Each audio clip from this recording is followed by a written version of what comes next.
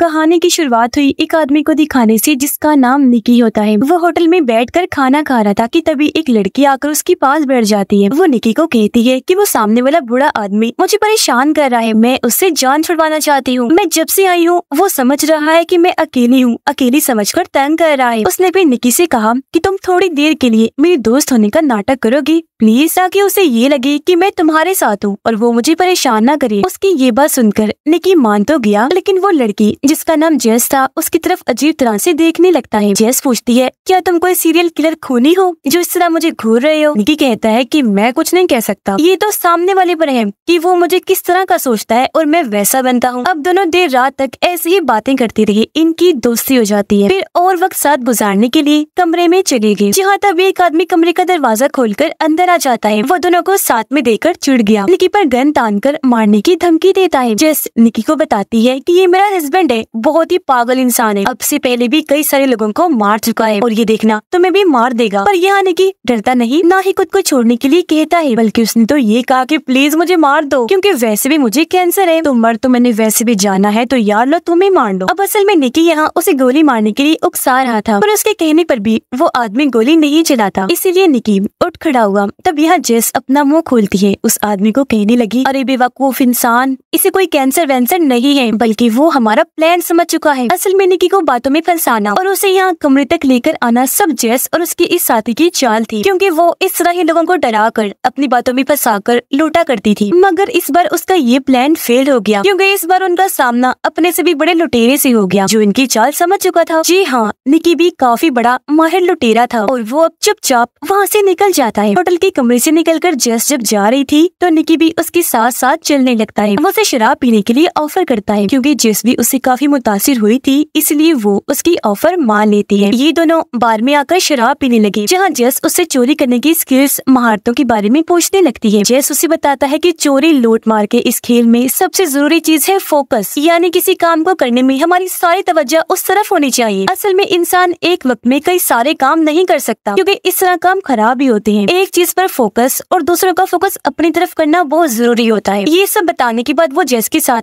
इसका प्रैक्टिकल भी करता है, यानी वो उसकी घड़ी और पर्स चुरा लेता है, जिस बारे में जेस को पता भी नहीं चल पाता। वो बताता है कि देख, मैं तुम्हारी चीजें आसानी से चुरा पाया, क्योंकि तुम्हारा फोकस मेरी तरफ था और मेरा तुम्हारी तरफ, जो देखकर जेस भी काफी चौंक गई, इस महारत से मुतासिर भी होती है। अगले दिन ये फिर से मिली, जेस उससे काफी जिद करती है। तब निकी उसे ये बताने के लिए मान जाता है कि हम लोग टीम में कैसे काम करते हैं, मतलब वो अकेला नहीं था, उसके कई सारे साथी भी निकी के साथ चोरियां अंजाम देते हैं। तो अब जिस भी उसकी टीम का हिस्सा बनकर एक भीड़ वाली जगह पर आती है। सामने की बालकनी में निकी भी खड़ा होकर इन पर नजर रख रहा था। निकी की टीम का एक लड़का जेस को समझाता है कि हम चोरी कैसे अंजाम देंगे, और अब ये लोग फौरन अपने काम पर लग जाते हैं। यहाँ जेस की चोरी की महारतें देखकर निकी और उसके साथी काफी हैरान भी हुए, साथ ही खुश भी हो रही थी। यानी निकी बेवकूफ समझ रहा था, लेकिन वो तो काफी स्मार्ट निकली। आगे निकी जेस को वो जगह दिखाता है जहाँ चोरी का सामान बेचा जाता था। यहाँ पर चोरी किया हुआ बहुत कीमती महंगा सामान पड़ा हुआ था, जिनमें से एक नेकलेस जेस को काफी पसंद आ गया। वो उसे उठाकर पहनकर देखने लगती है। निकी उसे ये वापस रखने का कहता है, समझाने लगा कि देखो, अभी हम इतने अमीर नहीं हुए कि आराम से अपनी ऐश वाली जिंदगी गुजारें। हमारे पास अभी सिर्फ इतना ही पैसा है कि हम अपना गुजारा कर सके। इस तरह की कीमती चीजें खरीदने का भी हम सोच भी नहीं सकते, यानी अभी हमें और भी बड़ी बड़ी चोरियों की जरूरत है। अब निकी उसे एक कमरे की चाबी देते हुए कहता है कि अभी हमें काफी टाइम के लिए साथ काम करना है, तो मैंने तुम्हारे लिए होटल का एक कमरा लिया है। अब जेस उसे भी साथ आने की जिद करती है ताकि ये और वक्त साथ गुजार सके, लेकिन उसने मना कर दिया कि नहीं, मैं अभी मसरूफ हूँ। तो अब गाड़ी लेकर जेस अकेले ही होटल में आ जाती है। वो जब कमरे में थी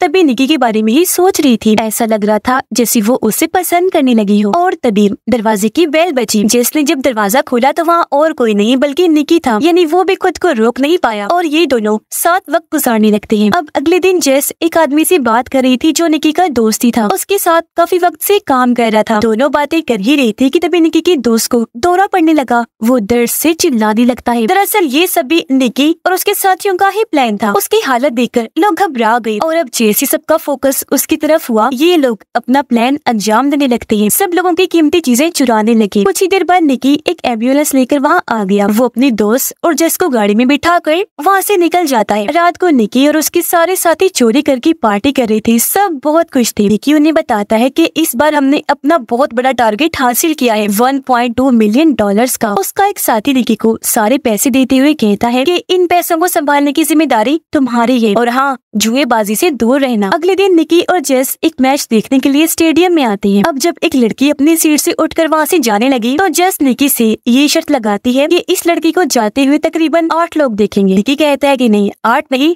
3 लोग देखेंगे। अब तभी पीछे बैठा एक अमीर आदमी उनसे कहता है कि मेरे हिसाब से उसे 5 लोग देखेंगे, लेकिन उसे 7 लोगों ने देखा। और क्योंकि जेस का अंदाजा काफी ठीक था तो ये शर्त वो जीत जाती है। और अब निकी उस अमीर आदमी के कहने पर ग्राउंड में खेल रहे प्लेयर्स पर शर्त लगाने लगता है, पर 2 बार निकी उस आदमी से शर्त हार जाता है। इसलिए अब निकी उससे 10,000 की शर्त लगाता है। वो अमीर आदमी को कहता है कि अब जो भी प्लेयर बॉल को पकड़ने की कोशिश करेगा उससे कैच छूट जाएगा, जबकि अमीर आदमी कहता है कि नहीं, वो कैच पकड़ लेगा। और अब कुछ ही देर के बाद एक प्लेयर दूसरे की तरफ बॉल फेंकता है तो उसने कैच पकड़ लिया था, यानी कि निकी ये शर्त भी हार गया था। अब तक निकी उस अमीर आदमी से $5,000 से भी ज्यादा पैसे हार गया था। ये देखकर जिसको परेशानी होने लगी वो निकी को कहती है कि चलो अब हमें यहाँ से चलना चाहिए। पर निकी, जिसे बहुत गुस्सा आ गया था, वो और बड़ी शर्त लगाना चाहता था और इस बार वो अपने $1.2 मिलियन की बड़ी शर्त लगाने के लिए तैयार हो गया था। वो अमीर आदमी को कहता है कि चलो $1.2 मिलियन की शर्त लगाओ, हम ये शर्त कार्ड्स पर लगाएंगे। जिसके बाद ये दोनों कसीनो में आ गए और अब निकी सारे पैसे टेबल पर रख देता है। इस सबसे जेस काफी परेशान थी। वो अभी भी निकी को यहाँ से चलने का कह रही थी, लेकिन वो उसकी एक ना सुनकर अमीर आदमी को शर्त के लिए चैलेंज कर देता है। क्योंकि उस आदमी के पास भी बहुत सारा पैसा था, इसलिए वो भी उसके चैलेंज को कबूल कर लेता है। मगर अब बदकिस्मती से निकी टेबल पर रखे $1.2 मिलियन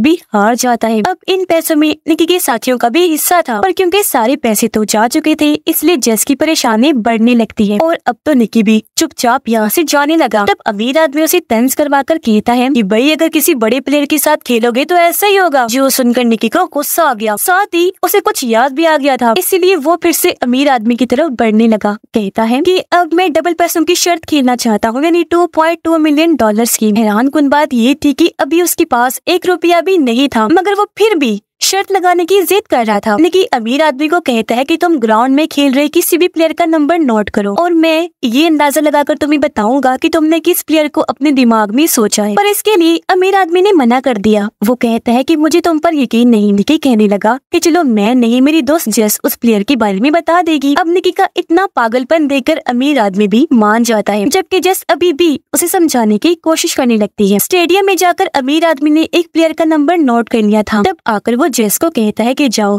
और बताओ कि मैंने किस प्लेयर को अपने दिमाग में सोचा। तब निकी जेस को समझाता है कि अभी बाहर जाओ और बस प्लेयर के बारे में सोचकर मुझे बता देना। जेस ने ऐसे किया। वो दूरबीन के जरिए काफी देर तक प्लेयर्स को देखती रही, पर उसे कुछ भी समझ नहीं आती। इस दौरान अमीर आदमी निकी को कहता है कि अगर तुम चाहो तो अभी भी ये बेट वापस ले सकते हो, पर वो मना कर देता है क्योंकि ये रिस्क वो लेना चाहता था। और अब कुछ ही देर बाद जेस प्लेयर की तरफ देखकर काफी हैरान रह जाती है, क्योंकि वहाँ पर निकी का दोस्त भी खेल रहा था जिसने 55 नंबर की टी-शर्ट पहनी हुई थी। और अब जेस बिना हिचकिचाई कह देती है कि 55 नंबर वाला ही वो प्लेयर है जो अमीर आदमी ने सोचा है। ये सुनकर अमीर आदमी पागलों की तरह हंसने लगा। कहता है, वेल डन, वाह भाई वाह, तुमने सही अंदाजा लगाया, तुम ये शर्त जीत गई हो। हाँ, 55 नंबर वाला ही वो प्लेयर था। जो सुनकर जेस को भी काफी हैरत हुई, क्योंकि उसे यकीन नहीं आ रहा था कि निकी $2.2 मिलियन जीत गया है। और अब ये दोनों सारे पैसे लेकर यहाँ से निकल जाती हैं। गाड़ी में आकर जेस निकी पर काफी गुस्सा करने लगी,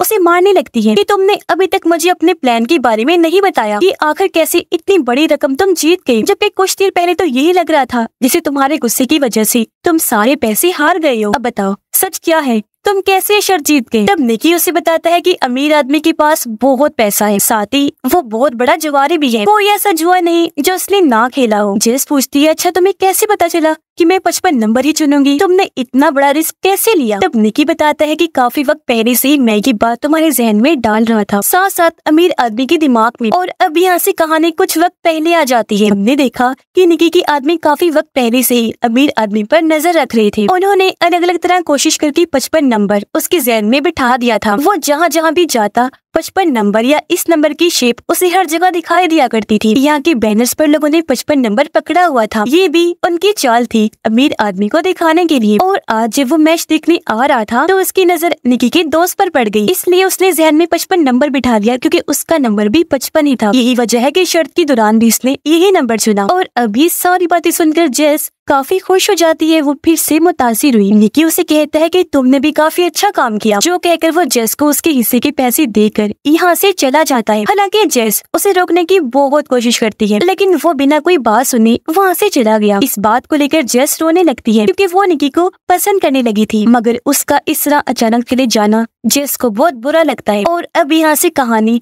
3 साल के बाद की दिखाई जाती है, जहाँ निकी फिर से एक अमीर आदमी को लूटने का प्लान बनाना था। इस अमीर आदमी का नाम गैरी होता है। उसे खेलों वाली गाड़ियाँ रखने का बहुत शौक था, पर गाड़ियों को ठीक करने के लिए उसे एक अच्छे मैकेनिक की जरूरत थी। इसलिए अब निकी खुद को एक अच्छा मैकेनिक बताकर गैरी से मिलने जाता है। जब निकी वहाँ से चला गया तो गैरी का गार्ड कहता है कि इससे जरा संभल कर रहना, क्योंकि इस आदमी पर मुझे बिल्कुल भी भरोसा नहीं है। फिर अब शाम को निकी एक पार्टी में आया जहाँ उसे गैरी ने ही बुलाया था। पार्टी में जेस भी थी जो गैरी के पास आ जाती है। अब उन दोनों को इतनी पास देखकर निकी समझ जाता है कि ये दोनों ताल्लुक बना चुके हैं। उसे बुरा लगा, इसलिए वो पार्टी से बाहर चला जाता है। वो एक जगह खड़ा ही था कि तभी यहाँ जेस आई। उसे कहती है कि मेरा उसके साथ ताल्लुक बन चुका है, लेकिन वो मेरे माजी के बारे में कुछ नहीं जानता, इसलिए तुम भी प्लीज गलती से भी उसके सामने जिक्र मत कर देना। और अब निकी पार्टी में आकर बहुत सारी शराब पी जाता है क्योंकि उसे ये बात बर्दाश्त नहीं हो रही थी कि जेस मेरे सामने किसी और के इतने करीब है। अब निकी को गुस्सा तो पहले ही बहुत था, ऊपर से उसे शराब का भी खूब नशा चढ़ गया था, इसलिए वो गैरी के मुंह पर जोरदार मुक्का मार देता है। ये देखकर गैरी का गार्ड उसे पकड़ के पार्टी से बाहर निकाल देता है। गैरी उसे जॉब से नहीं निकालता क्योंकि उसे पता था कि उसने ऐसा नशे में किया।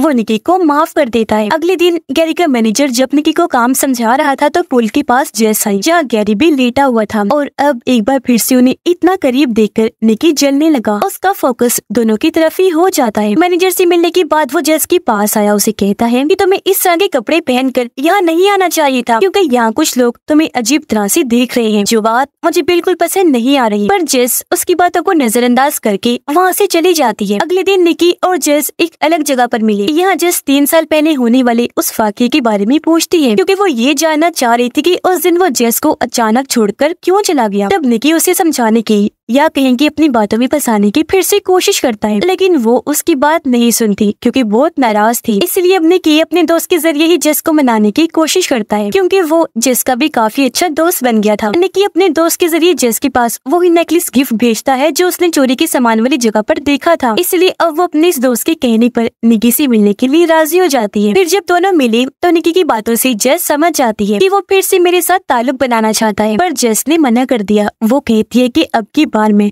तुम पर भरोसा नहीं कर सकती। इतना कहकर वो यहाँ से निकल जाती है। अब उदास होकर निकी जब होटल में वापस आया तो जेस उसके दरवाजे पर पहले से ही बैठी हुई थी। सच तो ये था कि वो आज भी उसे पसंद करती थी, इसीलिए खुद को यहाँ आने से वो रोक नहीं पाई। और अब ये दोनों कमरे में आकर फिर से एक साथ वक्त गुजारने लगते हैं। अब अगली सुबह बगैर बताए गैरी का गार्ड निकी से मिलने आ जाता है। वो दरवाजा खटखटाता है तो निकी फौरन जाकर दरवाजा खोल देता है। अब गार्ड को उस पर शक हो रहा था। उसे एहसास हुआ जैसे निकी के साथ कमरे में और कोई भी मौजूद है, इसीलिए वो कमरे में आकर हर तरफ तलाशी लेने लगा, पर यहाँ उसे कोई भी नहीं मिलता क्योंकि जेस गार्ड से बचने के लिए साथ वाली बालकनी में जाकर छुप गई थी। अगले दिन गैरी का मैनेजर काम के बदले उसे ढेर सारे पैसे देता है। अब यहाँ हम निकी को अपने लैपटॉप में कुछ ट्रांसफर करते हुए देखते हैं, जो असल में गैरी की खुफिया डिजाइन थे। और अब इन डिजाइन को चोरी करने के बाद निकी गैरी के क्लाइंट्स को ही कम पैसों में वो बेच देता है, जिसके बाद निकी वो सारे पैसे लेकर जेस के साथ यहाँ से चले जाने का प्लान बनाता है। और अब जब ये दोनों गाड़ी में बैठकर यहाँ से निकल रही थी तो तभी गैरी का एक आदमी भी अपनी गाड़ी से इनका पीछा करने लगता है। वो अपनी गाड़ी को जोर से इनकी गाड़ी में लाकर मार देता है, जिससे दोनों बेहोश हो गए। अब जब दोनों को होश आई तो वो खुद को कुर्सी से बंधा हुआ देखते हैं। उनके सामने गैरी था। असल में गैरी को पहले ही पता चल चुका था कि निकी यहाँ मुझे लूटने के इरादे से आया है, इसीलिए काफी पहले से उसने अपने आदमियों को निकी के पीछे लगा दिया था, जो दिन रात उस पर नजर रख रहे थे। पर यहाँ गैरी को ये समझ नहीं आती कि इतनी सख्त सिक्योरिटी होने के बाद भी निकी ने पासवर्ड का पता कैसे लगवा छुपा लिया। उसने जब इस बारे में पूछा तो निकी जवाब देता है कि जब मैंने तुम्हें जेस के इतने करीब देखा तो मैंने भी उसके करीब जाने का फैसला किया। मैंने जेस को वो नेकलेस जो गिफ्ट भिजवाया था उसमें एक खुफिया चिप लगा दी थी, और जब जेस तुम्हारे कमरे में आई तो चिप के लैपटॉप के पास आने पर मुझे तुम्हारे लैपटॉप की एक्सेस मिल गई, यानी अब मैं तुम्हारे लैपटॉप के साथ कुछ भी कर सकता था, और इसी तरीके से मुझे तुम्हारे पासवर्ड का पता चला। लेकिन हाँ, जेस को इस बारे में कोई आइडिया नहीं था, बल्कि मैंने एक बार फिर प्यार का नाटक करके उसे बेवकूफ बनाया। ये सुनकर गैरी और उसका गार्ड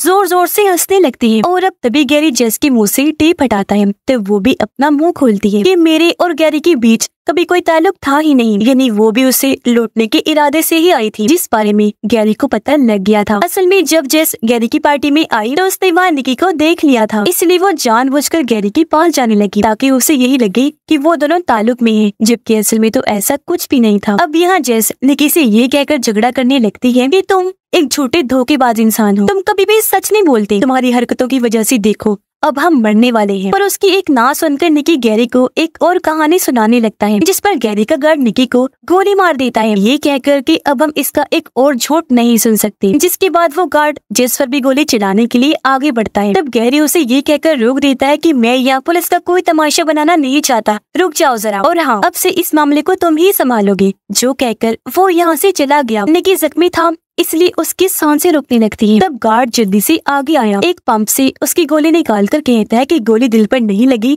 तुम बच भी जाओगे, जल्दी ठीक भी हो जाओगे। जिसके बाद यहाँ जेस को भी पता चल गया कि गैरी का ये गार्ड और कोई नहीं बल्कि निकी के डैड है, जो अब निकी की गोली निकाल चुके थे। वो फिर जेस की मदद से सारे पैसे लेते हैं और जख्मी निकी को लेकर हॉस्पिटल की तरफ चल दिए। ये गाड़ी में थी जहाँ जेस को बातों ही बातों में पता चल गया था कि निकी ने गैरी को लूटने की प्लानिंग 3 साल पहले ही बना ली थी, तो तब से उसकी डैड गैरी के लिए गार्ड का काम कर रहे थे ताकि वो अपना भरोसा बना सके। अपने डैड की मदद से उसने गैरी की पासवर्ड का पता लगवाया था, यानी उस टाइम निकी ने झूठ बोला था कि मैंने ये काम जेस के जरिए किया। निकी के कहने पर ही उसके डैड ने गोली चलाई, क्योंकि अगर वो ऐसा ना करती तो गुस्से में गैरी ही दोनों को शूट करके मार देता। और अब जल्दी ये लोग हॉस्पिटल पहुंच जाते हैं। उसकी डैड और जेस उसे अंदर ले जाने लगे। अब निक के किए की सजा उसे मिल भी चुकी थी, और क्योंकि जेस भी उसके जैसी ही थी इसलिए माफ कर उसे अपना लेती है। और अभी दोनों ऐसे ही अपनी महारतों से चोरियां करते रहेंगे और अपनी जिंदगी काफी अच्छे से गुजारेंगे। यानी अब इनका सिर्फ गुजारा ही नहीं होगा बल्कि ये आराम से ऐश वाली जिंदगी जी सकते हैं, जो दोनों का ही सपना था। और इसी के साथ ही इस फिल्म की कहानी भी यहीं पर खत्म हो जाती है।